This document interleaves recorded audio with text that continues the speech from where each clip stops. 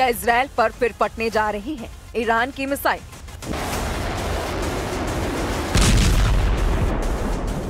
क्या तेल अवीव और हाइफा में इसी तरह होगा हमला?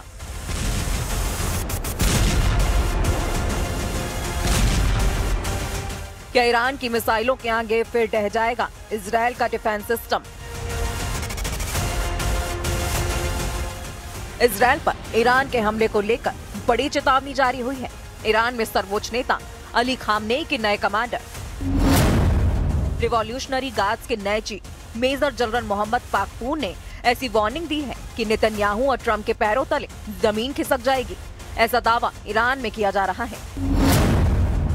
कमांडर पाकपूर ने कहा है कि अगर इजराइल ने ईरान पर फिर हमला करने की गलती की तो ईरान की सेना इजराइल के लिए जहन्नुम के दरवाजे खोल देगी। मेजर जनरल पाकपूर की वार्निंग बता रही है कि Iran operation true promise hope को अंजाम देने के लिए पूरी तरह से तैयार है। ईरान के इस बहुत ही ताकतवर कमांडर की वार्निंग सर्वोच्च नेता अली खामनेई की चेतावनी के एक दिन बाद आई है। दोनों ने ईरान के दुश्मनों से कहा है कि 13 दिन के युद्ध के बाद अगला हमला उनकी जड़ें हिला देगा। जाहिर है दोनों का इशारा इजराइल और अमेरिका की तरफ है। मेजर जनरल मोहम्मद पाकपूर को मेजर जनरल हुसैन सलामी की मौत के बाद IRGC का कमांडर बनाया गया है। मेजर जनरल हुसैन सलामी की मौत 13 जून को इजराइल के हमले में हुई थी और उसके बाद से पाकपूर IRGC की कमान संभाल रहे हैं। इजराइल के खिलाफ 12 दिन तक मिसाइल अटैक करने के बाद जब युद्ध विराम हुआ तो मेजर जनरल पाकपूर ने क्या कहा था, बहुत गौर से देखिए।